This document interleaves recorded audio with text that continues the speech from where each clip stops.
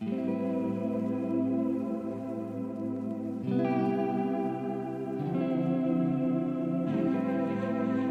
meu vídeo review sobre Luca, eu comentei um pouco sobre minha relação com as produções da Pixar Animation Studios, e que mesmo gostando muito dos seus filmes do seu período inicial de carreira, tenho algumas ressalvas com a segunda leva de produções deles, que ao meu ver, foram bem menos inspiradas. Vale sempre ressaltar que, apesar de fazerem parte de um mesmo conglomerado, Disney e Pixar não são a mesma coisa. Cada setor criativo tem suas próprias peculiaridades narrativas e autores envolvidos em cada projeto. E assim como a Pixar teve o seu período de ascensão, queda e estabilidade, o mesmo ocorreu com a Disney. Goste ou não de suas produções, é inegável a importância do estúdio no desenvolvimento da linguagem de animação. A Branca de Neve e os Sete Anões, por exemplo, foi um dos primeiros longa-metragens de animação da história, lançado em 1938. E em vida, Walt Disney e suas equipes de talentosos artistas deram vidas a verdadeiros clássicos dessa mídia, trazendo inovações em como os ambientes animados eram filmados, como a traquitana que criava o senso de paralaxe e profundidade de campo, como também foram muito influentes na criação de Foley e sonoplastia, que não se propunha em imitar a realidade, evidente no curta-metragem Steamboat Willie de 1928. Posso ter sérias críticas e ressalvas à era mais recente da Disney, seja nas suas produções em animação para o cinema, que tem sim rendido os bons filmes como Zootopia de 2016, que eu gosto bastante, mas em contraponto, algumas tranqueiras como Wi-Fi Ralph de 2018, que diz muito sobre o estado atual da empresa, não apenas no setor criativo, mas como um monopólio descontrolado, revivendo obras que não precisam ser refeitas, uma vez que o seu legado se perpetuaram por anos. E é com esse legado histórico, de produções que foram pioneiras em aspectos narrativos, que eu gosto de preservar a importância do estúdio. Assistir um longa como A Branca de Neve hoje em dia é revigorante. Porém, existe um pequeno período sombrio do estúdio, conhecido como a Era das Trevas, ou a de bronze para os íntimos, onde as coisas não estavam indo muito bem.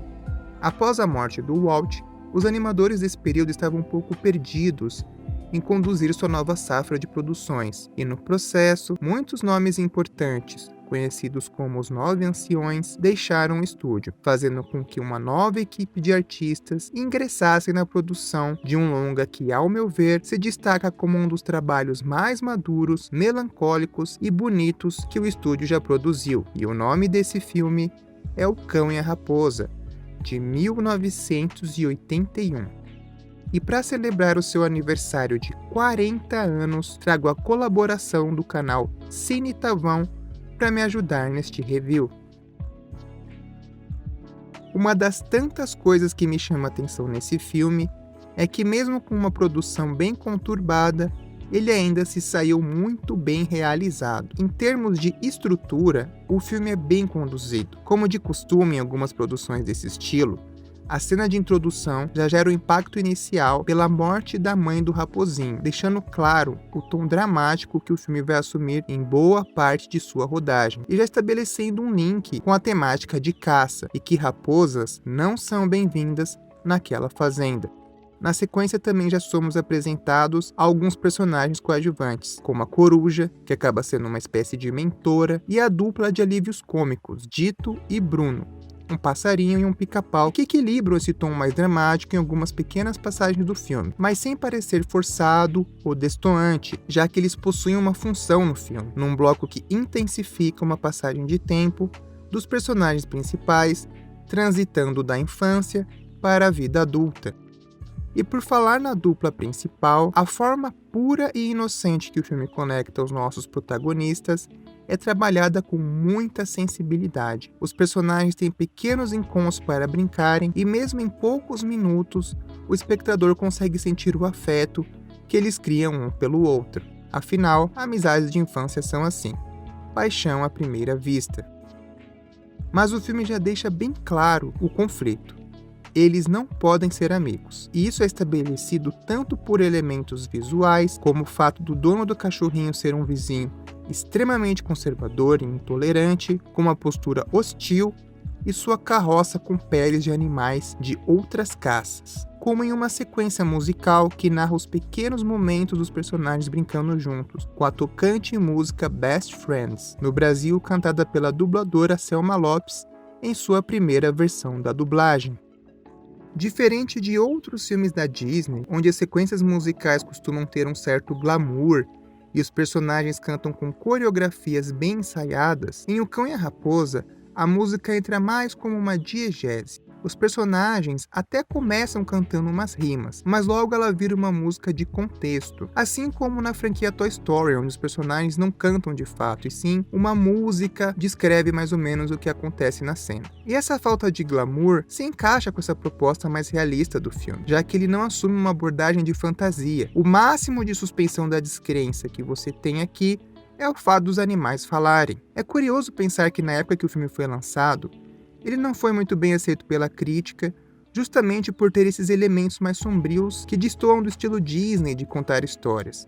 Sendo que hoje em dia, qualquer elemento que tenta fugir desses moldes clássicos costuma ser enaltecido como uma ruptura ou desconstrução de gênero. Mas o filme não é bom só por conta disso. Brincar com elementos clássicos não é um demérito. Existem ótimos filmes da Disney que são bem formulaicos, e nem por isso os filmes são menores ou inferiores. Eu mesmo gosto de vários desses períodos clássicos, principalmente os dos conhecidos da Era da Renascença. Mas é muito bacana ver esse nível de dramaticidade vindo deles. Na verdade, essa aura sombria é bem evidente em boa parte dos filmes dessa leva dos anos 80.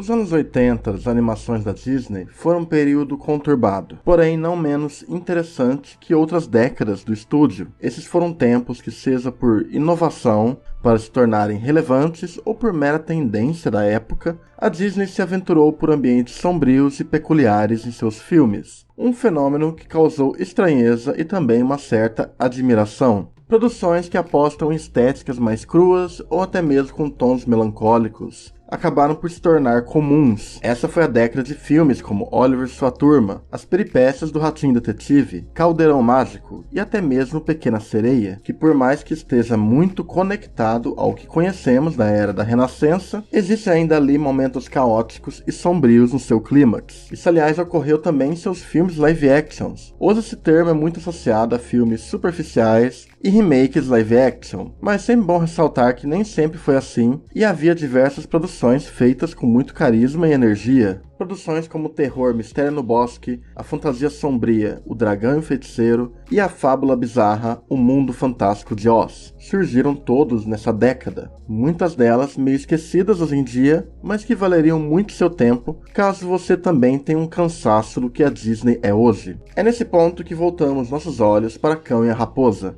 pois, entre tantos projetos dessa época, acho que podemos dizer que se tem um filme responsável por causar um grande impacto e permitir que o estúdio seguisse nesse caminho, foi através dessa singela história do auge da queda de uma amizade. Esse filme se inicia de forma bastante crua, e aos poucos a narrativa converge em um típico clássico da Disney, mas sempre com um tom melancólico em equilíbrio com os elementos clássicos, como uma animação graciosa e alívios cômicos. Porém, conforme o filme passa, esses contornos dramáticos de seu início retornam para o desenvolvimento de ambos os personagens, mas contudo sempre feito com uma certa calma e sensibilidade. Vendo hoje, essa é uma pérola um tanto subestimada do estúdio, que passou por vários problemas para conseguir ser concluída. E mesmo que a saída dos tais 9 anciões possa ter sido uma grande perda, o filme acabou por adicionar uma série de artistas que só seriam conhecidos anos depois. Nomes como John Lasseter, Ron Clement, Henry Selick, Brad Bird e até mesmo Tim Burton estavam envolvidos nesse filme. Claro, sem esquecer de outros animadores tão importantes como Glenn Keane, Chris Buck, Mike Gabriel e Mark Jindal, em meio a diversos outros conflitos, como mudanças no enredo, tom de filme e até um conflito de gerações, com o diretor original Wolfgang Reiterman, que não tinha grande confiança confiança nesses novos animadores. Porém, é inegável que de alguma forma isso se refletiu no filme de forma positiva, pois ele se tornou um dos filmes da época a melhor equilibrar essa natureza crua dos anos 80 com muito da ternura das obras clássicas da Disney. Em poucos outros filmes se viu uma mão tão firme em usar tantos elementos em uma história que poderiam não se conversar na prática. Caldeirão Mágico e Oliver e sua turma são exemplos disso. Produções adoráveis e com seu devido valor, mas que falta neles um certo equilíbrio, algo que não vemos em Cão e a Raposa, pois essa é uma produção que se mantém fiel aos seus temas, não se auto-sabota em qualquer momento e toma decisões maduras e corajosas para seus personagens. E isso que estamos falando de um filme que está fazendo isso muitos anos antes de filmes como Corcunda de Notre Dame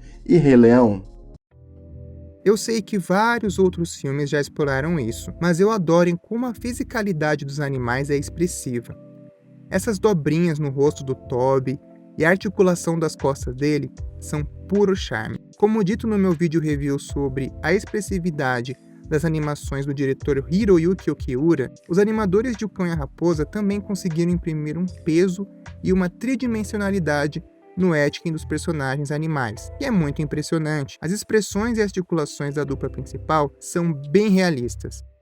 Até tem uma certa antropomorfização, mas é bem sutil, em contraste com a áurea mais cartoon e leve que os coadjuvantes possuem, mas ainda assim com um certo grau de realismo, como nessa cena do passarinho pulando. Apesar do seu design ser um pouco mais cartoonizado, o peso é bem evidente. O máximo de estilização que o filme tem é em uma sequência onde o personagem Dodó tenta caçar um peixe para impressionar uma raposinha fêmea. As paisagens da fazenda e das florestas também são muito bonitas, e o filme tem um clímax muito bem orquestrado, numa sequência de ação bem intensa dos personagens lutando contra um urso, tida por muitos especialistas da animação como uma das melhores sequências de ação desse formato. E eu concordo. O filme também foi um dos primeiros da Disney em experimentar objetos em computação gráfica com animação tradicional, o que impressiona bastante para a época. Um elemento evidente disso são os carrinhos que têm uma tridimensionalidade diferente dos animais e cenários, que inclusive me lembrou algo parecido com o que o Sylvain Chomet experimentou em As Bicicletas de Belleville de 2003. A princípio, eu imaginei que eles tinham reutilizado uma técnica parecida com a que eles utilizaram em 101 Dálmatas, com o carro da Cruella. No caso de 101 Dálmatas, eles criaram um modelinho real do carro e gravaram as cenas em set para usar de referência. O resultado é incrível e eu vou deixar na descrição um vídeo que explica melhor o processo.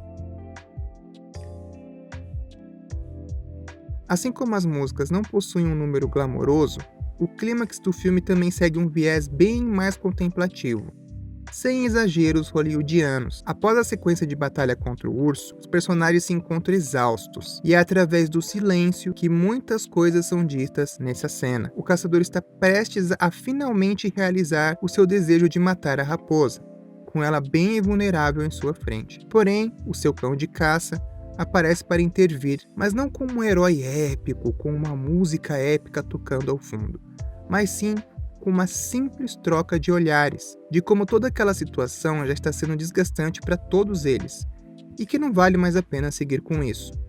É um momento bem intenso e intimista ao mesmo tempo. Tudo é bem seco, você ouve o barulho do carregamento da arma, os passos do cão na água e os grunhidos de cansaço e arrependimento que eles estão sentindo por toda aquela confusão, o que só intensifica o poder visual que esse filme tem.